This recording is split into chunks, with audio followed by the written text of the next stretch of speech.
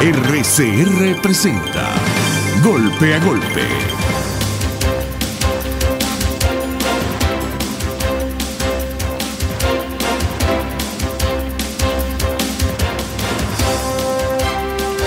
Golpe a golpe. Buenos días, les habla Fran Tobar.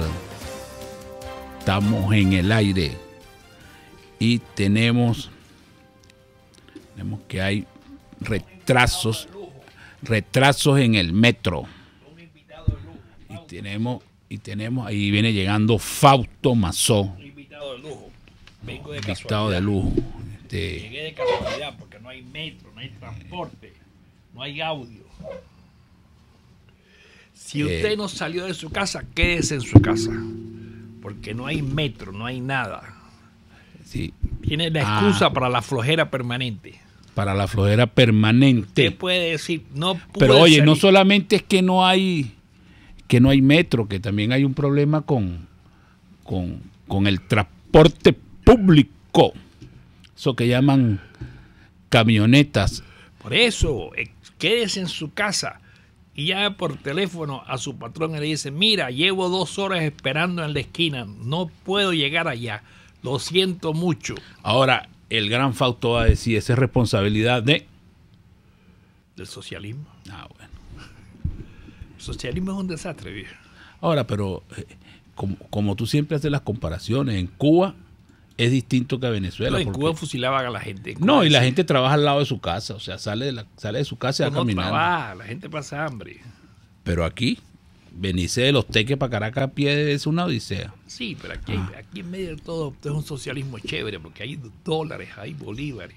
Y el candidato presidencial dijo, voy a eliminar el CLAC y voy a entregar en dólares directamente. Voy a dolarizar el CLAC. Digo eso. Dijo el hijo de Eduardo Fernández, Pablo Fernández, que esa es una de las propuestas de Henry Falcón. Pero tenemos en línea a Monseñor Ovidio Pérez Morales, obispo emérito de Los Teques e integrante de la Conferencia Episcopal Venezolana. Buenos días, Monseñor, un placer saludarlo. Buenos días Monseñor. y gracias por esta ¿Nos está oyendo? oportunidad. Sí. Y un saludo de feliz Pascua a toda la audiencia, a ustedes y a toda la audiencia. Ajá, Monseñor, el Papa Francisco pidió en su misa del domingo que Venezuela encuentre una situación pacífica y humana. Eso significa que el Papa está bien enterado de la situación No, eso venezolana. significa que el Papa cree que Maduro va a renunciar a la juez y va a decir, no, yo me voy, vengan para acá. Y que Maduro va a arreglar las cosas. Y que Maduro va a arreglar las cosas. ¿Usted cree eso?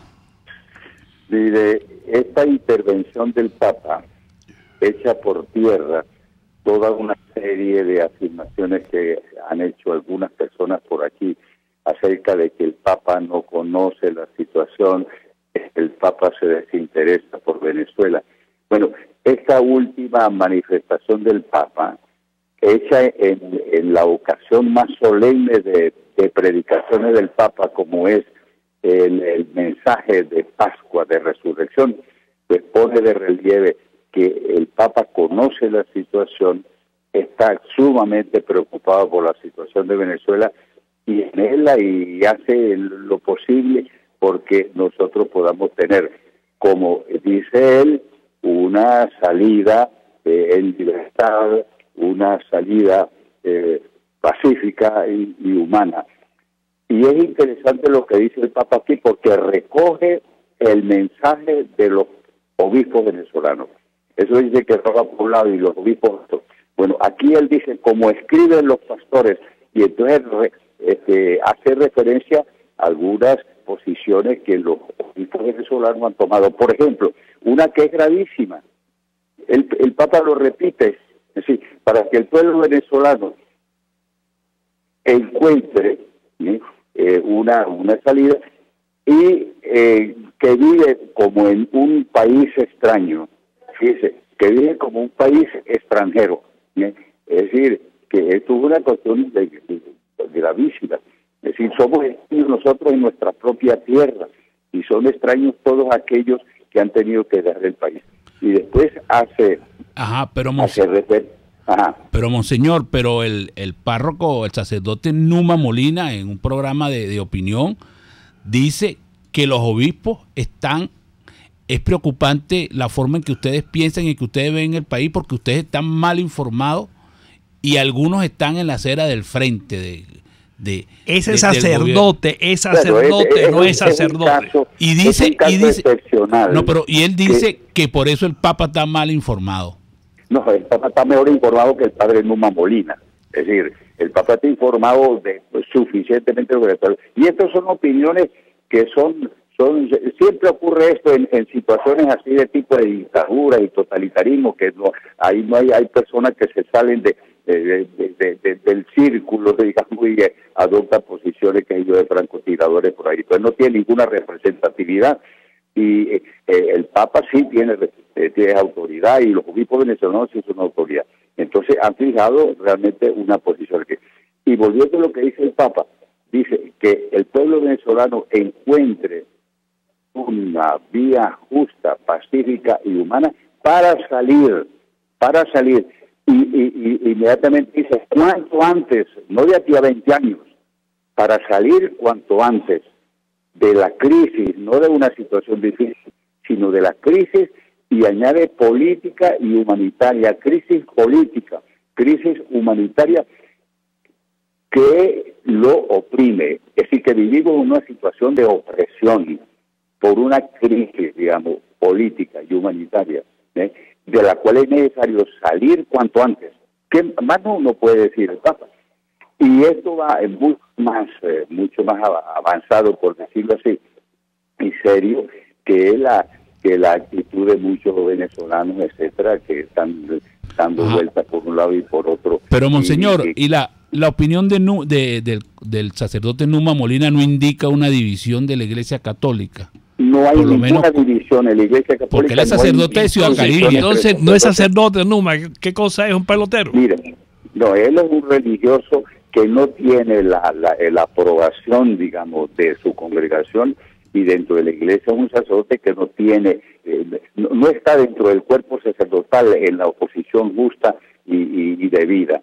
Y por supuesto está en una contradicción con lo que dicen los obispos. Jesucristo estableció la Iglesia teniendo como pastores a los obispos, y son la autoridad. El Padre Molina no es ninguna autoridad, él está bajo el ala gubernamental, apoyado por el gobierno, y entonces desde ahí dispara por cualquier lado. Pero esto no sucede solamente aquí en Venezuela, ha sucedido también en otros países donde más aún se ha llegado a establecer una iglesia oficial bajo las alas del régimen. Aquí no se ha llegado a eso, pero por eso no es extraño, no son extrañas estas posiciones. No son en absoluto representativas, y es es lamentable que alguna persona creyente y que ha sido recibido el orden sacerdotal se manifieste de esta manera extravagante. Monseñor, estamos conversando con Monseñor Ovidio Pérez Morales, pero otra de las cosas que hace la denuncia grave de Numa es que él dice que ustedes han abandonado la parte pastoral para dedicarse plenamente a la política. Eso. Es decir, aquí hay un asunto en cuanto a la posición de los obispos y las acusaciones, y lo que decía el presidente, que evitara que la Semana Santa se convirtiera con una política, lo que sea. Es olvidar lo que es la Iglesia y olvidar lo que es la política. El Papa se olvidó de eso. El Papa se olvidó. El Papa se está metiendo aquí en política. El Papa se está metiendo en la política venezolana. ¿Usted está en contra del Papa? ¿Quién? ¿Usted? ¿Quién? ¿Usted está en contra del Papa? ¿Quién está en contra? ¿Usted? ¿Yo quién? ¿Por qué? ¿No está criticando al Papa ahora? ¿Por qué? ¿En qué sentido? Usted no dice que se está metiendo en política. ¿Por qué? ¿Por qué dice eso? Por lo que usted dijo. ¿Aló? Que usted dice que el Papa se está metiendo en política, monseñor, que el Papa está opinando sobre... Yo diría lo siguiente. Mire, en esto hay la mayor confusión posible. Para decir que si está entrando en política o no está entrando en política, es necesario primero aclarar qué se entiende por iglesia y qué se entiende por política. Si por política se entiende lo que es el bien común, lo que toca a la paz y al bienestar de un país, inevitablemente el evangelio, la fe, el Papa, los obispos, los sacerdotes, la iglesia, todo tiene que verse en política, porque no viven en Saturno ni en Urano. Si se entiende política por el ejercicio del poder, ya es otra cosa. Y entonces la iglesia, en este es el primer sentido, y la iglesia, en este primer sentido, necesaria, inevitablemente tiene que entrar en el campo político, porque tiene que estar en el campo de los derechos humanos, en el campo de la solidaridad, en el campo de la justicia, en el campo del bien de un país, sino que entonces se exilia y se vaya para un planeta extraño. Ahora, políticas... Pero yo no veo a la iglesia hablando de religión, chicos. La iglesia no habla nunca de religión. ¿Cómo? Que la iglesia no habla nunca de religión. ¿Cómo que nunca habla de religión? Nunca habla de religión, todo lo que habla es de política. ¿Quién dice? ¿Quién dice eso? Lea la prensa para que usted vea. La prensa, van a las iglesias, van a las ceremonias religiosas, van a las clases de religión. Pero en público, claro, en privado sí hablan de religión, en la iglesia, bajito, pero en público no habla de religión. ¿Y de qué ha hablado el cardenal en la Semana Santa? ¿Y de qué han hablado los obispos, ¿qué remedio le queda a Semana Santa? Por una expresión no se puede tomar la totalidad del discurso, y además una expresión que hay que situarla dentro del contexto. Lo que en el fondo hay mucho es que se cree que la religión tiene que estar recluida en las sacristías y no puede decir nada en materia de derechos humanos, en materia de paz. Bueno, eso es meter en un closet la religión, y que no significa absolutamente nada para la política, la cultura y la economía del mundo. Jesucristo lanzó a su iglesia como fermento, como luz en el mundo. Mire, yo siempre hago referencia a un texto que es clave en este sentido para entender lo que el cristiano tiene que ser y lo que la iglesia tiene que ser, y es en el Evangelio de San Mateo, cuando Cristo hace el juicio final, y lo que él dice en el juicio final y el criterio que él establece de salvación o condenación. ¿Qué es lo que dice, por ejemplo, la condenación? Vengan a mí, aléjense de mí, porque tuve hambre, tuve sed, tuve preso. Pero en Cuba no hablan nada de eso, en Cuba lo tienen en silencio. Fidel Castro no le permite hablar en Cuba. Lo tiene calladito, tiene todos los curas. Acaba de decir, no les permite hablar. Indudablemente en la iglesia nazista, la iglesia no podía hablar tampoco. Había curas que estaban con los nazis. Podía hablar. Así puede. ¿Por qué no sueltan las cárceles en Cuba? Mire, ¿por qué no abre las puertas? Monseñor. La iglesia tiene que, si no la dejan hablar, si le impide, tiene medios de comunicación. Y puede salir a las plazas, Monseñor, a predicar libremente. Monseñor, puede tener escuelas católicas. Bueno, entonces no Monseñor, que la iglesia no habla en Cuba. Monseñor, tenemos que ir a publicidad, pero cuando regresemos queremos seguir conversando con usted y le vamos a dejar una pregunta en el aire. Estamos conversando con el Monseñor Ovidio Pérez Morales, obispo integrante de la Conferencia Episcopal de Venezuela. Queremos conversar con usted, Monseñor, el comunicado de la Conferencia Episcopal relacionado con la masacre de Valencia, que pareciera que en el país eso no le interesa a nadie, porque no hubo una conmoción con esa tragedia tan importante. Ustedes hasta este momento han sido los únicos que emitieron un comunicado llamando la atención sobre esa situación que ocurrió en Semana Santa. Vamos a publicidad. Te escucha Golpe a Golpe por RCR 750 AM.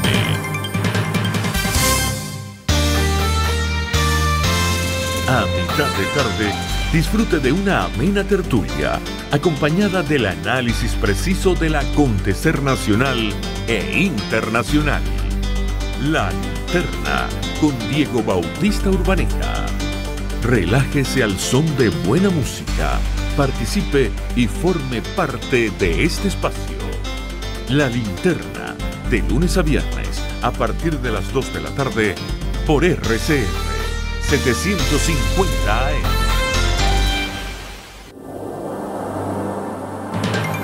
Una crónica de la actualidad. Golpe a golpe. Solo por RCR. Ajá. De regreso con Monseñor Ovidio Pérez Morales, obispo de la... ¿Por qué tú no repites lo que estabas diciendo? De los obispos de la Conferencia Episcopal de Venezuela. ¿Por qué perdió espacio la iglesia? A ver, Tomás, repite eso. No, bueno, estábamos conversando que se ha dedicado más a lo material que lo adivino. No lo digas así, dilo como tú lo dijiste. Mire, Monseñor, le habíamos dado una pregunta en él relacionada con la situación de Carabobo. Ajá, sí. Que ustedes sacaron un comunicado y si queríamos saber si a ustedes habían tenido alguna respuesta del gobierno. El gobierno les había dicho algo por detrás Mire, desgraciadamente los fuertes de comunicación entre el gobierno y la conferencia episcopal están rotos, no por culpa de la conferencia episcopal, que tantas veces se ha ofrecido a colaborar por el bien del país, por el bien de la justicia, el bien del progreso en paz y fraternidad, etcétera.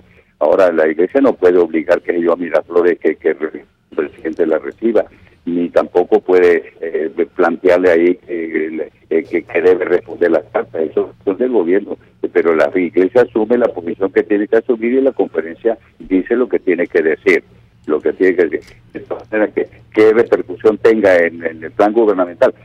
El problema es que nosotros no estamos en un régimen democrático y un régimen realmente republicano. Estamos no solamente en una dictadura, sino en un régimen de tipo de tendencia totalitaria. Ojalá estuviésemos nosotros con un proyecto dictatorial simplemente, pero el proyecto totalitario va mucho más allá y es más grave que el proyecto totalitario. Y Juan Vicente Gómez fue una dictadura, Pérez Jiménez fue una dictadura.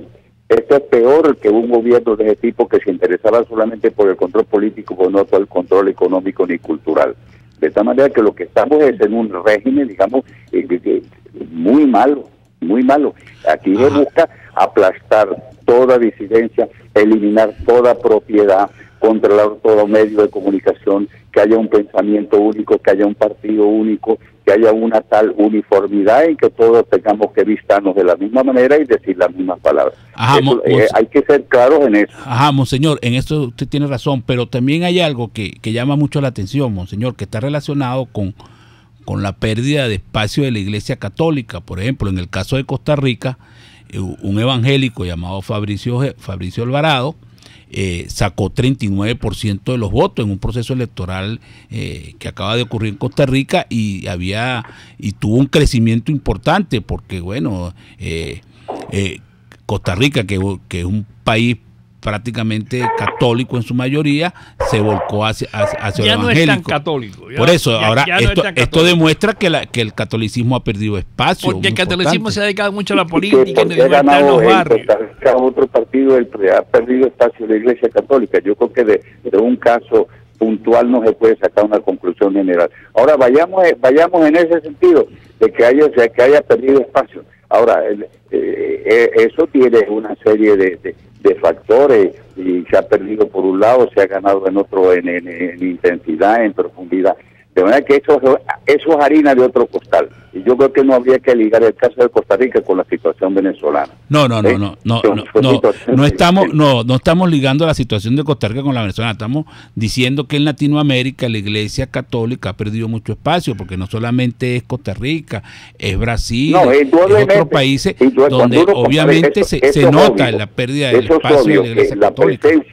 La presencia de cristianos no católicos en América Latina ha crecido mucho, y sobre todo en ciertos países. ¿Por qué ha ocurrido eso? ¿Cómo? ¿Por qué ha ocurrido eso? No es porque la Iglesia ha dejado espacios vacíos. No, mire, yo diría lo siguiente, que hay espacios que no estaban ocupados tampoco. Hay que tener presente que en Venezuela concretamente hemos tenido toda una serie de circunstancias políticas que han mermado mucho la posibilidad de acción de la Iglesia. Pensemos nosotros, por ejemplo, el siglo XIX, con todas las cosas, cuando se cerraron los seminarios, se expulsaron las congregaciones religiosas, bajo Guzmán Blanco prácticamente se acabó, o mejor dicho, se mermó la institucionalidad de la Iglesia, y eso persistió durante mucho tiempo. De manera que esas son cosas que hay que verlas cuando se analiza la presencia y la acción de la Iglesia aquí. Aún el 45 al 48, en el periodo democrático que hubo allí, el interregno, se buscó prácticamente la eliminación de la educación católica. Es decir, que aquí la Iglesia Católica no ha perdido el poder y lo ha perdido. Es que se ha estado siempre, como dice, andando por la sombrita y volando bajo. De manera que eso es una cosa que hay que tener presente cuando se analiza la historia de la Iglesia en este país. Aún en los últimos tiempos, pues ha habido, ahora hay un movimiento de recuperación, pero ahora el crecimiento de la Iglesia protestante es innegable, y hay que tener presente que las iglesias protestantes que creen en Cristo el Señor, es decir, no es que se ha ido al mal absoluto, ¿no? Ahora es algo que desde el punto de vista de la Iglesia nosotros sentimos, pero que es una interpelación para que nosotros procedamos, digamos, con más apego al Evangelio y con más sentido de autenticidad, eso es otra cosa. Pero el que haya ganado en Costa Rica, ojalá y lo haga bien, que se rija sobre los principios del Evangelio, y en ese sentido creo que la Iglesia no le negará ninguna colaboración. El tema es que hay que esperar qué es lo que va a hacer él. Pero yo no lo miraría que yo como una especie ya de apocalíptico ni nada de eso. Monseñor, ayer ocurrió un hecho con el candidato Henry Falcón por allá por Catia, por el sector de Gato Negro, y ahí mismo ocurrió un hecho con el cardenal Urosa, que prácticamente estuvo secuestrado, murió una persona, aquello fue muy fuerte, y queríamos saber si esas investigaciones le llegaron a ustedes, esas conclusiones, porque por lo que se ve... No llega a ninguna conclusión, no llega a ninguna conclusión. De primer lugar, no tiene interés ninguna de mantener un buen relacionamiento con la Iglesia. Por otra parte, hay que tener presente, mire, una cosa que yo insisto mucho es lo siguiente: es necesario identificar qué régimen nosotros tenemos al frente, qué sistema nosotros estamos, qué tipo de gobierno nosotros tenemos, a dónde apunta todo eso, a un control total del país. No es un hecho, no son hechos aislados. El deseo, la aspiración de un régimen como esto es de que toda la población piense de la misma manera, todas las cosas estén en manos del gobierno, todas las decisiones pasen por la presidencia del Estado o lo que sea, y que todo el mundo, que si el cerebro se cambie de todo el mundo para pensar con el cerebro del presidente y del partido y de X cosas. ¿Ven? Hay que ser consciente de eso, y por lo tanto toleran la disidencia mientras no les pueden cortar la cabeza. Monseñor, ¿usted toleran la disidencia? Estamos conversando con el Monseñor Ovidio Pérez Morales, integrante de la Conferencia Episcopal. ¿Usted cree que el gobierno no quiere cubanizar, entonces? Esa es su tesis, ponernos como los cubanos. Eso está claro como el día. Cubanizar. Eso está claro como el día. Esto es muy distinto a Cuba, chico. En Cuba fusilan a la gente. En Cuba Fidel Castro llegó sobre un montón de muertos. Esto es una pachanga. Bueno, pero hay que distinguir los modos de llegar, o la oportunidad o la ocasión en que se llegó, y lo que viene después. Pero los modos de llegar determinan lo que viene después. El régimen por una revolución, subió por unas elecciones en las cuales el candidato fue votado en unas elecciones que hubo. De manera que la entrada del régimen fue distinta, pero el proceso es el mismo. Y el horizonte es el mismo. Yo creo que esto va a ser peor. Esto va a ser peor, porque aquí no hay ninguna justificación heroica. Esto va a ser mucho peor. Esto va a quedar en la miseria absoluta. Mire, Monseñor, y usted que recoge la información, porque bueno, ustedes tienen escuelas como la Fe y Alegría en los sectores más populares del país, tienen iglesias en los sectores populares. ¿Cuál es la información que tiene usted con respecto al hambre? ¿Cómo recogen sus sacerdotes esa situación? ¿Qué están haciendo? ¿Cómo está lo del canal humanitario? Mire, sobre esta cuestión de información, en todos los pueblos, pueblitos, hay una presencia de la Iglesia. Los sacerdotes están en continuo contacto con la gente, de manera que cuando se habla de la situación se tiene una información, digamos, muy completa en los distintos aspectos. De tal manera que cuando se da una cosa, se dice algo por parte de la jerarquía, no se está hablando en el aire, sino que está hablando sobre una base real, ¿no? Así, y desgraciadamente lo que se tiene que comprobar en este país en estos momentos es una destrucción generalizada. No hay rubro en el cual no estemos nosotros involucionando. Ahora lo que pasa es que si usted controla toda la comunicación social, solamente persiste algunos que promedio que está también sometido a autocensura. Pero es que, sencillamente, ¿usted cree en el capitalismo? ¿Usted es capitalista? ¿Qué se entiende por capitalismo? Capitalismo, la inversión privada, que la gente gane plata, eso es lo que desarrollan los países. Fíjense que en estas cosas hay que distinguir las cosas. ¿Qué se entiende por capitalismo? Del capitalismo hay muchas formas. Hay desde el capitalismo salvaje de la especulación financiera, etcétera, etcétera. Si se entiende por capitalismo la propiedad privada, que la gente pueda tener propiedad privada, que usted pueda tener su casa, que pueda tener su finquita, que tener sus cosas, que puede hacer emprendimiento, y si eso se entiende por capitalismo, pues, ¿qué malo tiene de eso? Y si alguien quiere tener 100 casas, porque eso es lo que desarrollan los países, la ambición de la gente, la ambición económica. Ahí viene otra cosa. Ahí viene el desarrollo.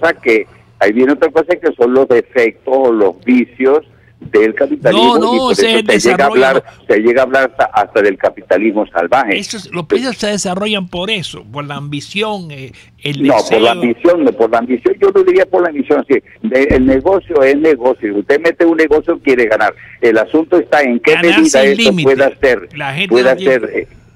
pueda ser controlado, pueda ser regulado por un Estado que tenga presente la solidaridad y la justicia, pero un régimen en el cual se reconozca la propiedad privada no necesariamente va a pasar a las manos de los terrófagos y de los monopolios y cosas de todo. Es el gran desafío que tiene una sociedad, de cómo conjugar la libertad con la justicia, ¿no es así? Cómo pueda haber propiedad en manos de los ciudadanos y no haya, qué sé yo, ese caer en las garras de los grandes monopolios, de las grandes cosas. Son dos cosas. Por eso, respecto al capitalismo, hay muchas cosas también que hay que distinguir por ahí. Pero ¿qué es lo que se aspira? Una sociedad que pueda pensar libremente, que pueda tener también sus propiedades y que pueda también tener sus negocios. Ahora, los negocios no quiere decir el salvajismo en los negocios, y para eso está el Estado, que tiene sus medios de controlar, y para eso están también las instituciones que tienen que formar y educar, para que no se eduque, que ayude para la avaricia, sino que eduque para el servicio. Ahí veo un desafío educacional también. Pero el capitalismo no se basa en la avaricia, chico. El deseo que la gente gana dinero. El capitalismo no se hace para tú ayudar dirías al que pobre. cualquier régimen que permita la propiedad privada está propiciando la avaricia. No, yo digo que la avaricia desarrolla los países, que el deseo de ganar plata, de vivir bien, desarrolla los países, que los instintos que la iglesia condena. Yo diría que no, yo no haría ese juicio tan general, porque entonces prácticamente se estaría estigmatizando o condenando la propiedad privada. La propiedad privada no se quiere decir que se está abriendo la puerta a la avaricia. La avaricia es una tentación permanente, y la hay en todos los lugares, y la hay en los regímenes comunistas también, porque vemos nosotros y la hay en la iglesia la hay, porque hay curas que hacen plata y que compran. Igual la iglesia es una institución humana, la iglesia no está compuesta por marcianos. Y hay que tener presente los pecados capitales que no tienen frontera. Los pecados capitales comienzan por la soberbia, la avaricia, y terminan por otra serie de cosas como la pereza. Mire. Estos pecados capitales están en la sangre de toda la gente como tentaciones. El asunto es en qué medida se ceda la tentación, y en qué medida esto se deje que se expresen también en estructuras e instituciones. Monseñor. Pero de por sí, volviendo al tema de que haya propiedad privada, es una cuestión de tipo, llamemos un derecho natural. Ahora, la avaricia no es un derecho natural, la avaricia es una tentación que se tiene de abusar de los demás, de abusar de las cosas. Son cosas distintas. Monseñor, por razones de tiempo tenemos que despedirlo. Queremos agradecerle que haya estado en el programa. Fue un placer conversar con usted. Esperamos seguir contando con su presencia, y hemos conversado con el Monseñor Ovidio Pérez Morales, obispo emérito de Los Teques, integrante de la Conferencia Episcopal Venezolana. Y vamos a publicidad. Ni de suerte, ni de gracia, ni de pecho. Es Golpe a Golpe. El siguiente espacio educativo está dirigido a niños, niñas y adolescentes. RCR presenta Todo se puede, una producción nacional independiente de Mayra Prado, certificado número 16923. El cambio es acción. Muévete por tu salud. No tienes excusa. Tú puedes. ¿Comes más ante las emociones negativas? Estás ante una conducta aprendida. La tristeza, el miedo, el estrés, la melancolía, la desesperanza te ponen a comer más. Ante los ojos de la gente estás teniendo una reacción normal ante estas emociones. Sin embargo, la respuesta biológica a la angustia emocional debería ser comer menos, porque la actividad intestinal disminuye en presencia de la excitación emocional, normalmente suprimiendo el hambre y la alimentación. Así lo describe Marisol Tapia en la página miradorsalud.com. Entonces, ¿por qué comemos más ante las emociones negativas? La respuesta se ha denominado comer emocional. Hasta la fecha, el ambiente familiar y el comportamiento de los padres son los factores que más han recibido la atención de los investigadores. Los padres desempeñan un papel crucial en la formación de los patrones y actitudes en la alimentación de los niños, al ser los principales proveedores de alimentos. Y esto es así desde la concepción hasta la adolescencia, modelando el comportamiento alimentario mediante prácticas parentales. Cada vez que decimos que el agua no nos gusta porque no sabe a nada, que nos premiamos con postres para celebrar un triunfo, que picamos entre comidas porque tenemos estrés, le damos un mensaje inconsciente a nuestros hijos que puede dejar huellas en su relación con la comida. De hecho, entre el 10% y el 63% de los niños y adolescentes reportan que ante algún tipo de exceso emocional aparecen comportamientos alimentarios como picar entre comidas y comer más, y el consumo de alimentos de alta densidad de energía. Si bien el comportamiento alimentario está influenciado por una multitud de factores como la biología de cada persona, su contexto social, las normas, los valores sociales y culturales, es la interacción con los padres el factor de mayor peso en el comportamiento alimentario. ¿Cuál es la relación que quieres que tus hijos tengan con la comida? Seguimos la conversación en Twitter por @todosepuede.net. Sé la diferencia, todo se puede. RCR presentó Todo se puede con Mayra Prado. Síguela por Twitter, @todosepuede.net. Una producción nacional independiente de Mayra Prado, certificado número 16923.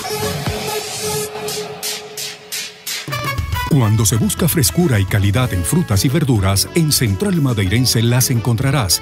Por eso, cada día ofrecemos lo mejor de esta tierra a ustedes, nuestros clientes. Visita cualquiera de nuestras sucursales. Te esperamos en Central Madeirense. Son más frescas. CAESPOR es la empresa responsable de llevar tus envíos y cargas desde USA a Venezuela y Panamá, pero también de Panamá a Venezuela. CAESPOR realiza este delicado trabajo con personal calificado y de vasta experiencia en el ramo de exportación, importación, empaque y despacho de mercancía. Para mayor información visita la página caespor.net, correo info@caespor.net, teléfono 0241-775-5575. CAESPOR, déjalo todo en nuestras manos. RCR 750 AM, porque lo bueno une.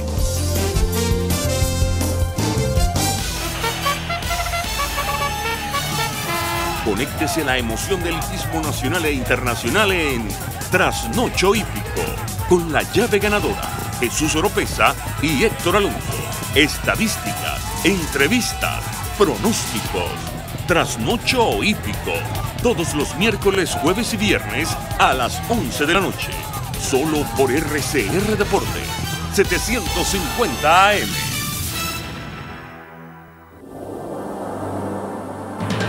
Golpe a golpe, el juego completo entre lo irónico, lo serio y lo ácido. De regreso en Golpe a Golpe, y No tenemos hay papas en Venezuela. a Gerso Pavón, director general de ya FEDEAGRO. no se produce papa. Pero ¿Por qué? eso es una meta que el gobierno cumplió y fue una promesa Acabar que con las papas. con la papa frita, porque eso que producía cáncer era producto de los gringos y del Eso del fue Yankee, deliberado. McDonald's, Tenemos a Gerso Pavón. Eso fue deliberado. Es algo positivo que la papa desaparece. Señor Gerson Pavón. Muy buenos días. Buenos días, Gerson. Saludos a Golpe con Golpe. Ajá. Mira, de que la papa desaparece ya si lo no se digo, toman la... ¿Aló? Ajá, te estamos Adelante, oyendo, Gerson, adelante. te estamos oyendo. De que la papa desaparece si el gobierno no toma la medida correspondiente en lo que está pasando hoy en día, donde no tenemos las semillas suficientes, no tenemos los fertilizantes y no tenemos los insumos, yo creo que de verdad que vamos a tener que desaparecer la papa de la cesta básica a nivel nacional. Pero, Gerson, estamos conversando con Gerson Pavón, director general de FEDEAGRO, pero ya eso venía en camino, porque yo tengo entendido que cuando fueron a comprar las papas, las semillas de papa a Canadá, creo, que salían todos los años, el gobierno mandó a sus expertos, cuando digo expertos entre comillas, era un poco de semillas que no servían. Porque a ustedes lo han querido mantener al margen de la producción, al margen de que colaboren, de que participen, porque ustedes prácticamente no lo dejan hacer nada. Para que Mira, normalmente en el año 2011, todavía, 2011, En el 2012, 2011 y 2012 todavía se viajó a Canadá a traer semillas. Iban los productores seleccionados por cada zona, un grupo de productores seleccionaban la papa en Canadá y traían la semilla. No es que Venezuela no tenga la capacidad, o los productores venezolanos no tengamos la capacidad de producir nuestra poca semilla, sí la tenemos, pero todas las semillas que se vayan a producir llevan ciertos requerimientos tecnológicos y llevan a cierta innovación tecnológica. Eso normalmente, la tecnología viene de afuera y eso cuesta divisas, para no nombrar la moneda dólar, eso cuesta plata, bien sea en bolívares fuertes, bien sea en bolívar soberano, bien sea en petro, lo que sea, pero normalmente eso cuesta dinero. Lamentándolo mucho el gobierno nacional, hace 2 años se limitó a no traer semilla, porque Venezuela tiene la capacidad de producir semillas que los momentos, lo que se produce actualmente en Mucuchíes, y eso tiene años produciéndose en Mucuchíes a través del Instituto Nacional de Investigación Agropecuaria, que es el INIA, lo hacía antes del FONAYA, lo hacía gente que tiene cultivo in vitro, cultivo de tejidos en papa, privados. El gobierno nacional les inyectó dinero hace 10 años, lamentándolo mucho no se han visto los resultados que nosotros queremos. Simplemente siguen sacando microplanta, y nosotros requerimos solamente un municipio, para ponerte nada más un ejemplo, un municipio requiere 1.200 toneladas de semilla para sembrar un solo municipio del estado Táchira, que se siembra papa. Entonces no me venga a decir el gobierno que tiene la semilla suficiente, señores. Cuando aquí se aplique la tecnología, los organismos del estado, las instituciones del estado dejen de robarse el dinero que se le asigna para hacer la investigación, pues produciremos semillas y abasteceremos a nivel nacional. Mientras tanto, que trae semillas de Canadá, trae semillas de Alemania, trae semillas de Colombia, que la tenemos ahí mismo, y trae semillas de Holanda, que es lo que nos producen semillas nosotros, en este caso en papa. Es decir, que son unos ladrones. Mira, yo no voy a decir que con esa palabra... Eso es lo que está diciendo, pero diga la palabra, que miedo tiene. Simplemente se están robando los recursos. El que roba no es un ladrón. El que roba no es un ladrón, Tobar. Porque aquí es igual que el que le quita tierra a otro que para ponerla a producir. Entonces yo no dice no sé de expropiación, pues como aquí usan otros términos diferentes a lo que... Ladrones. Usa la palabra correcta del español. Ladrones. Mira, lamentándolo mucho, hemos caído en eso y eso es lo que está pasando en el país. No tenemos, en lo que va de año, no se ha podido sembrar el 5% de la producción de semilla de papa que se sembraba en el país. En estos momentos debería estar abastecido el mercado nacional con la papa del estado Lara, la papa que se produce en el estado Carabobo. No hay papa en el mercado y la poca papa que tú consigues en el mercado, pues la consigues a un precio demasiado exagerado porque no hay. Cuando no hay demanda, no hay oferta, pues lamentándolo mucho, hay suficiente demanda, pero entonces los costos suben. Si aquí hubiera producción suficiente como la hubo para el 2012-2013, y hay que reconocerlo, hay que decir las cosas buenas, tuvimos un Ministerio de Agricultura y Tierra dirigido por un ingeniero agrónomo que funcionó. No vamos a decir al 100%, pero el 85% de los recursos o de los insumos o de los requerimientos que tú como productor o asociación de productores requerías, los tenías a la mano. Pero hoy en día no tenemos un fertilizante que se produce en el país, y si tienes el fertilizante entonces no tienes los insumos agrícolas, si tienes los insumos agrícolas no tienes la semilla, y si tenemos la semilla y tenemos la masa nos está yendo la mano de obra, porque lamentándolo mucho la hiperinflación que existe en el país, que no la quiere reconocer tampoco el Estado venezolano, nos tiene a que toda la mano de obra se está yendo del país. Si usted libera los precios y pone los precios reales, no se acaba la inflación. No es sencillamente que la gente quiera una manguangua, que le den cosas baratas, precios bajos, y eso crea inflación. Para que se produzca hay que ganar plata, ganar dinero, ¿sí o no, Tobar? Sí, y estamos conversando con el director general de Fedeagro, Gerson Pavón. Aparte de eso, Gerson, está el problema de los fertilizantes. Pequibén no produce nada, ya lo que hicieron fue un galpón para ponerlo de adorno, total, que a ustedes no le entregan fertilizantes, van a lo que era anteriormente Agroisleña, que ahora es Agropatria, no hay producto, no hay fertilizante, no hay insecticida, no hay maquinaria. Eso no es que Chávez arruinó el país, Chávez no es el culpable de este desastre. Desde antes del 2011. Yo creo que Pequibén no produce, simplemente porque desde hace 2 años también le dieron la distribución entre comillas, a la estatal Agropatria. Agropatria simplemente lo que hace es facturar, cobrar y despacha Pequibén, pero Pequibén no ha vuelto a cobrar ni medio desde hace 7 años que le ha suministrado fertilizante a Agropatria, no le cancela la deuda a Pequibén, y Pequibén cómo trabaja. Con las asociaciones de productores era diferente. Las asociaciones de productores le cancelaban, nos asignaban un fertilizante el día jueves, el día viernes cancelaban, y la semana siguiente, o sea, decir lunes, martes, miércoles, jueves, tú retirabas el fertilizante que te asignaban. Ojo, si te asignaba una fórmula, por decir algo, triple 15, retirabas triple 15, y no duraban un mes, sino simplemente retirabas al momento. Con Agropatria es diferente, tú cancelas, dura un mes, mes y medio, y hay asociaciones, entre comillas, inscritas en FEDEAGRO, en la Confederación, que tienen 2 años que cancelaron un fertilizante y nunca les llegó. Entonces, ¿cómo tú me vas a decir que no sirve? Y lamentándolo mucho, Agropatria maneja unos precios diferentes a los que maneja Pequiven. Actualmente ahorita una paca de fertilizante triple 15, el precio de Agropatria son 500 bolívares cuando Pequiven todavía no ha subido los precios. Entonces, de verdad que no nos entendemos. Entre el mismo gobierno, las mismas instituciones del Estado, no se maneja la situación como debe ser. Y hacer jornadas como lo quiso hacer el presidente de Pequiven, jornadas a cielo abierto, llevándole fertilizante directamente al productor, simplemente no se presta para que ellos le entreguen a los fondos. ¿Cuál es la solución? Capitalismo. La solución es capitalismo, que cada quien produzca lo que le dé la gana, ponga el precio que le dé la gana. En este momento, capitalismo. Pero en este momento estamos en el propio capitalismo porque los precios están liberados. Sí, pero no es así. Pero fíjate los controles que hay, lo que él dice. No. Y la mentalidad lo que pasa es que hay unos capitalistas en el gobierno que se cogieron el fertilizante y lo quieren vender ellos al precio, quieren vender ellos solos. Pero que el gobierno no tiene que vender fertilizantes, chicos. ¿Cómo se hacía antes? El gobierno no debe ni vender fertilizantes. No, el gobierno debe vender lo que le dé la gana. Lo que tiene que dejar que la gente compre donde le dé la gana también. Eso es lo que tiene que dejar el gobierno. Lo que pasa es que este es un capitalismo avanzado, el del gobierno. Dice, aquí se vende al precio que está en el mercado internacional, pero nada más lo vendo yo. Así dice Pequiven. Tenemos que ir a comerciales. Después, lo que tú has dicho, ya que...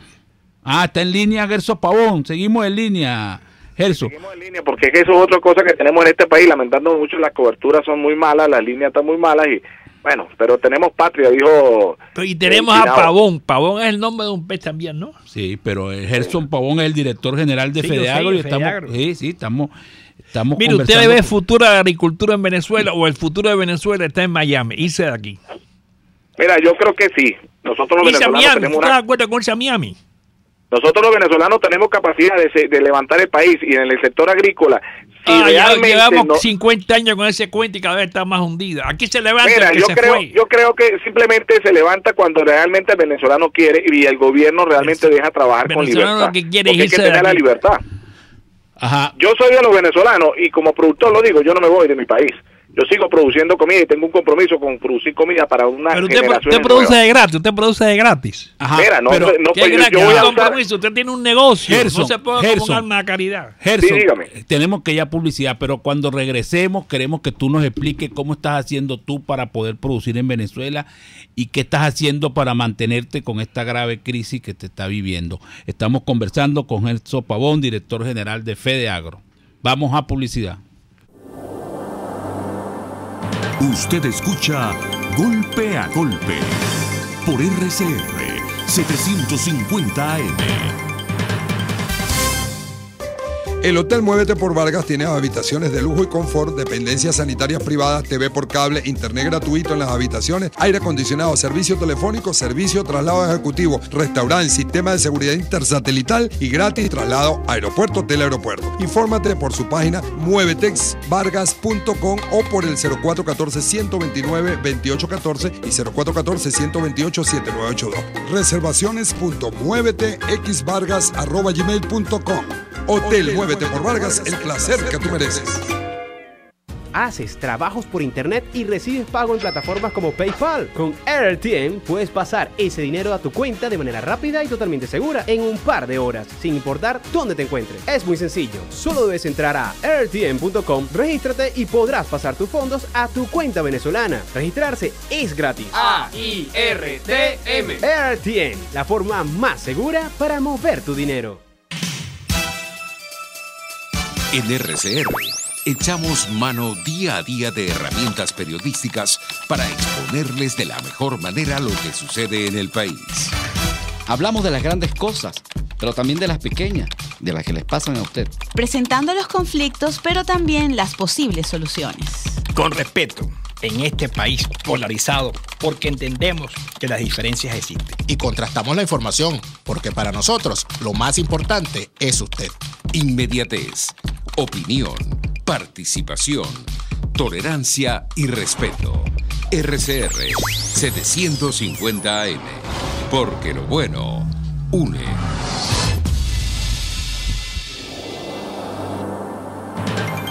Una crónica de la actualidad. Golpe a golpe. Solo por RCR. Estamos de regreso en Golpe a Golpe, estábamos conversando con Gerson Pavón, director general de Fedeagro, y le habíamos dado una pregunta en el aire. Gerson, ¿cómo está haciendo usted para mantenerse en este país con ese ánimo que usted tiene de seguir produciendo? Mira, ¿cómo hacemos los productores agropecuarios para seguir produciendo en el país? Simplemente tenemos las ganas, nos corren las venas el humor de que somos productores. Eso simplemente nos estimula a seguir produciendo. No, usted es productor por el negocio. La gente es productor por el negocio, se produce para ganar dinero. Usted no es una hermana de la caridad. No es que uno sea una persona de la caridad, simplemente que hay que producir, porque es igualito para que ganar dinero, para mantener un programa como es Golpe con Golpe. Lo hace porque le tienen porque cariño conseguimos al país aviso y conseguimos beneficios. El día que no consigamos nada, se acaba el programa. Bueno, yo no creo. Si realmente uno quiere el país, lo debemos hacer. Y en el país no es que quiere el país, uno quiere vivir bien, chico, uno quiere vivir bien. La gente no quiere los países, la gente quiere ganar plata, vivir bien, comprar cosas. Prueba de eso es que se van corriendo de Venezuela. Lamentándolo mucho, la gente que se va, lo respeto con la opinión de por qué se van. Pero yo soy de los venezolanos que me quedo, de los que nos quedamos trabajando en este país, porque sabemos que este país tiene mucho futuro. Y lo que hay que trabajar y demostrarle a la mala política del Estado que no van a poder acabar con la agricultura de los venezolanos. Bueno, ya vemos que estás haciendo un esfuerzo titánico para mantenerte, pero mira, Gerson, no solamente es la papa, es todo el área agrícola, ¿no? Nosotros sembramos hortalizas a nivel nacional, 49 rubros de hortalizas, y si no tenemos cómo hacer, pues sembramos lo que tengamos. Si no tenemos semillas de cilantro, sembramos perejil, pero hay que buscar la semilla. Nosotros los tachirenses vamos al hermano país, traemos semillas, buscamos cómo ayudar al resto de los productores, pero no podemos dejar de producir comida. Ahora, Gerson, ¿cuál crees tú que es la salida? Aparte de poner un ministro que de verdad sepa de agricultura, ¿cuál crees tú que es la salida? La salida es Maiquetía. Mira, la salida para la agricultura, primero que nos dejen trabajar en libertad. Segundo, la seguridad, que nosotros tengamos seguridad en los campos, que eso se ha perdido.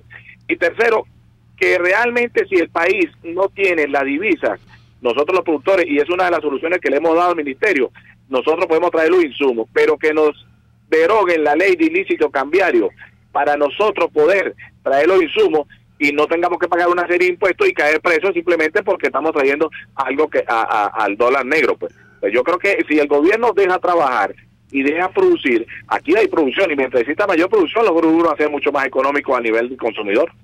Sí, porque en este momento los precios que están en el mercado bachaquero, en efectivo, con débito, son impresionantes.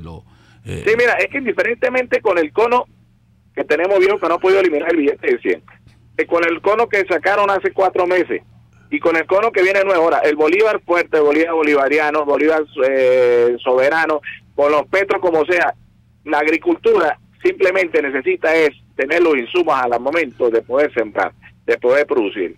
Si usted tiene suficiente producción, acuérdese que va a tener el mercado. Pero a usted no le parece que los intereses de agricultores están en contra del consumidor. El consumidor quiere comida barata. No le importa que la importen o que la regalen. Quiere comida barata. Si usted pone los precios para que el agricultor prospere, políticamente se hunde un gobierno. No, yo creo que no. Se hunde. Mientras produzcamos suficiente, nosotros vamos a tener... No, pero si producen caros, ustedes ganan plata, Pero el pueblo va a tener que entender y no exigirle... No va a tener que entender, el pueblo quiere comida barata. Tiene que exigirle a la política del Estado, a los gobernantes que están de turno, es que le coloquen un sueldo que sea acorde a cómo va la diferencia. Pero ¿de dónde sale el dinero? Fíjate, coloque un sueldo, que sube el sueldo. Inflación es lo que usted está propugnando. Inflación. Que suban los sueldos. Inflación. Gerson, ¿y cómo están haciendo ustedes con los trabajadores en el área agrícola, con esta diáspora, sobre todo en el Táchira, que prácticamente toda la población juvenil se ha ido para Colombia a buscar mejores tienen más futuro en Colombia? ¿Cómo están haciendo ustedes? ¿Cómo hacemos? Aquí se habla a nivel del gobierno de que existe una guerra económica porque los otros países no tienen un bloqueo. Cuando tú vas a Carigua, que produce arroz, que produce harina precocida, que te produce cereales, y tú no lo puedes traer al Táchira para que coman los productores agrícolas del Táchira, porque Sunagro, que es una institución del Estado, no te limita que te den la guía, sino que todo tiene que ser la capital de la República, ¿quién es el de la guerra económica? La pregunta es, ¿quién es el de la guerra? ¿Ellos o los países de afuera? Porque nosotros los tachineses tenemos derecho para poder producir comida, producir el resto de los alimentos de la cesta básica. Tenemos que tener arroz, tenemos que tener huevos, tenemos que tener aceite, entonces lamentándolo mucho el gobierno es que empieza a privar, entonces fomenta el bachaqueo, fomenta el desabastecimiento que existe a nivel de otros estados del país. Entonces no es una guerra económica por fuera, es simplemente que lo está haciendo el mismo estado venezolano. Ajá. Mira, y en relación a los insumos de carácter que no son directamente agrícolas, sino maquinaria, aceite, ese tipo de equipo que ustedes necesitan, ¿cómo lo están consiguiendo? ¿Cómo están haciendo ustedes para conseguir un caucho, para conseguir un arado, para conseguir con lo poco que estamos trabajando ahorita, es con lo poco que tú tenías de hace años atrás. Simplemente que agarras un arado, desarma uno para poder mantener uno útil, pero vas dejando uno atrás, te deja uno de repuesto, para que te sirva de repuesto. Vuelvo y repito, existe la vocación del nivel de agricultor, el que realmente tiene la vocación, no lo de los consejos comunales, ni las comunas agrícolas, ni el Plan Zamora, ni el Plan Bolívar 2000, ni la Misión Agrovenezuela que nunca sirvió, no. O sea, cuando usted realmente hable con los productores, el gobierno nacional hable con los productores que producen, con lo que realmente saben, este país puede seguir adelante en el sector agrícola. O sea, que todos esos créditos que entregó el gobierno lo que han hecho es desbaratarlo. No, se lo roban, viejo. Se esos los créditos robaron, los sacan y compran dólares y compran otras cosas. Los créditos, nadie invierte un centavo aquí. Caracas no debe tener desabastecimiento en ningún tipo de hortaliza. ¿Dónde está el Ministerio de Agricultura Urbana? Bueno, imagínate. Eso normalmente cuando se creó dijeron que iban a sembrar 185,000 hectáreas de hortalizas. Bueno, ¿y cómo hace en Alemania o en Rusia? La gente siempre y vende a precio que le da la gana. Ahí no hay ningún ministerio. No hay ningún ministerio. No hay ningún ministerio. Yo quiero la estadística del Ministerio de Agricultura Urbana. ¿Dónde están las estadísticas? Pero eso es Venezuela. En ninguna parte del mundo hay agricultura urbana. En ninguna parte del mundo. La gente siembra en razón a la verdad, le quitaron los reales. A esos ministerios? Le quitaron los reales a usted para dárselo a ese ministerio, que eso es la cosa que uno no entiende. No lo dije yo, lo digo usted. No es cierto, yo no, sí lo digo. Le dieron esos reales. No tenga miedo, no le va a pasar nada. Le dieron esos reales. No sea cobarde, por favor. El Ministerio de Agricultura Urbana y no se lo dieron a Fedeagro, a los productores reales. Entonces ahora hay un tipo que tiene un porrón en una azotea en el 23 enero, entonces tiene un crédito agropecuario. Bueno, este fin de mundo. Eso sí es verdad, y tienes toda la razón, eso no se te quita. Eso se ve solamente en Venezuela. Eso es verdad, solamente se ve en Venezuela, un país que bueno, Gerson. No hablen mal de Venezuela, no hablen mal de Venezuela, es un gran país, aquí se vive muy bien. Gerson, yo no estoy hablando mal de mi país, es más, que eso solamente se ve aquí. Cuando ese tipo de política, de hacer política, y simplemente porque vienen unas elecciones, o porque cada vez que hay un periodo de elecciones es donde inventan todas las misiones y todo lo que asignaciones. Bueno, cuando eso se acabe y realmente se dedique a la agricultura, yo creo que vamos a comer bastante, a ser un país potente. Bueno, Gerson, por razones de tiempo tenemos que despedirte. Fue un placer tenerte en el programa. Hemos conversado con Gerson Pavón, director general de Fedeagro, y será hasta mañana.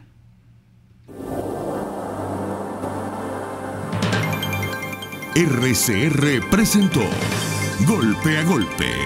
Para cualquier comentario o sugerencia, escriba a golpeagolpe@rcr.com.be.